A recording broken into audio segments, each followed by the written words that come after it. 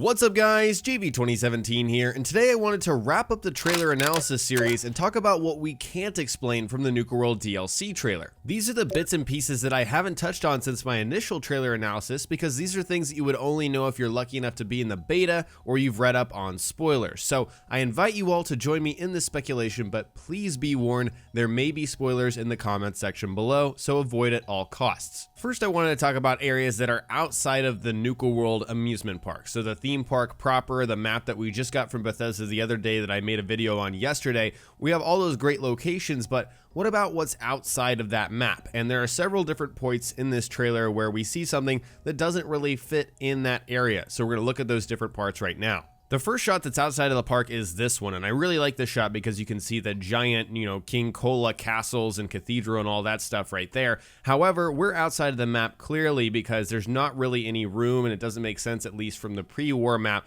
where this would be. We don't have any giant, Nuka Cola structures or anything like that on that map, and so this makes me think that we're around right here on the map near the monorail and near that road that kind of cuts between the World of Refreshment and Kitty Kingdom. Just the angle of where we are and how we can see the castle, I don't think you can get that from any other place on the map, so that makes sense to me. The next point is on the monorail, and it's a very short clip, but if we pause right here on the right side of the screen, clearly you can tell we're pulling into kind of the port where you get off of the monorail, and if we reference that with the map, you can clearly tell that we're somewhere on the line leading up to this port where we get out and go into Nuka World, which is really exciting. And if we look back once again, we can also see some kind of structure and concrete off to the right, and that's once again outside of the theme park. That's either in the parking lot or something like that. So there's clearly some other stuff outside of the park, zone that we can see on the map that we were given by Bethesda. In the very next shot, we get to see the angry Anaconda from the northern perspective. So this is once again at the very top of the map above Safari Adventure, and we're probably somewhere here on the map if I had to guess, from an outside perspective, but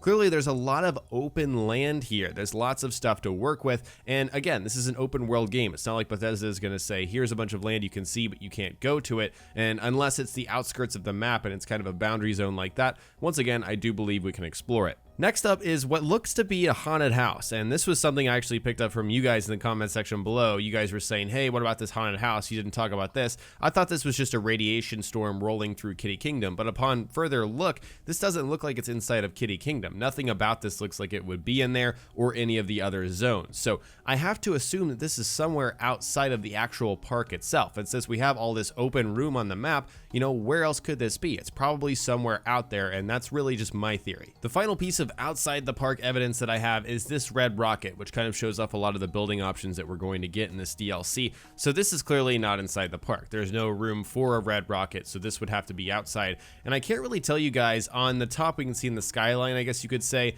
is a broken down highway. And I pointed this out in my initial trailer, kind of wondering, hey, maybe this is where Nuka World is on the map. We're not really sure, but this red rocket is not in the vanilla game, and that's clearly a highway and not the broken down monorail, because we're clearly taking the monorail to Nuka World, so that wouldn't make sense. So this red rocket has to be somewhere outside of the Nuka World amusement park. So that's it for the outside the park theory, but now let's move on to something a ton of you have been pointing out in all of my trailer videos, and that is this orange Nuka Cola here. Zooming in here, some of you super observant Fallout veterans notice that this is orange Nuka Cola, and the label, you can kind of see a T-O-R-Y and a C before the T almost, and that would mean that this is Nuka Cola Victory. Victory was in Obsidian's Fallout New Vegas, and it was the rarest kind of Nuka Cola you can find in that game. It's also unique to the American Southwest region, similar to Nuka Cola Quantum, but it only saw a limited release and is really rare to find. Clearly, we're not in the American Southwest, so I don't know what the deal is here. Maybe it was bottled up here at Nuka World and sent down. I'm sure they bottle at plenty other places in the United States, so we don't really know there, but hey, if we find Nuka Cola Victory here at Nuka World,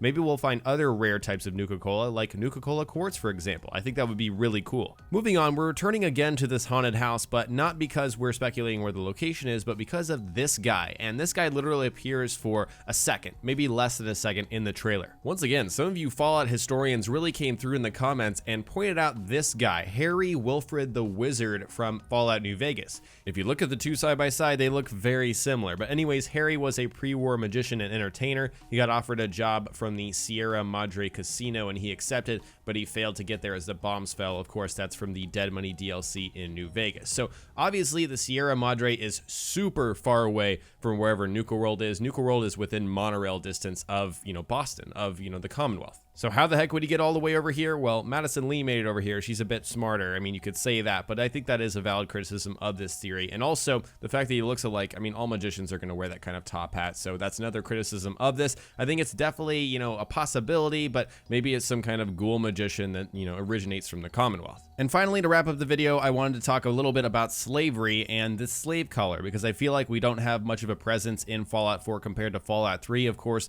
we had that quest where we could go and be a slaver ourselves at Paradise Falls in Fallout 3. That really isn't the case in Fallout 4, but here we see the return of the slave collar. I'm really curious to know what kind of role this slave collar plays in the DLC. Can our sole survivor become so ruthless that we can just go around slapping slave collars on people? Because I think that's a fantastic option in terms of player choice. And at the same time, I've speculated multiple times that these raiders in the background are probably disciples. The only reason I say that is because their banner looks really kind of violent. It's like some scratches with a knife. And so I would think that these guys are definitely the kind of raiders, the kind of raider gang in Nuka World that would have slaves, and they would basically be the slaver gang. At the same time, the pack seems really crazy too, so I wouldn't be surprised if they had slaves either and we just didn't see them in the trailer. So that's really all I have to share in this video. I'd like to hear from you guys. What are your thoughts on getting outside of the park, Nuka-Cola Victory, the Magician, slavery, anything that I mentioned in this video? Share what you're thinking in the comment section below. Alright guys, today we discussed some additional Nuka World speculation for the upcoming DLC.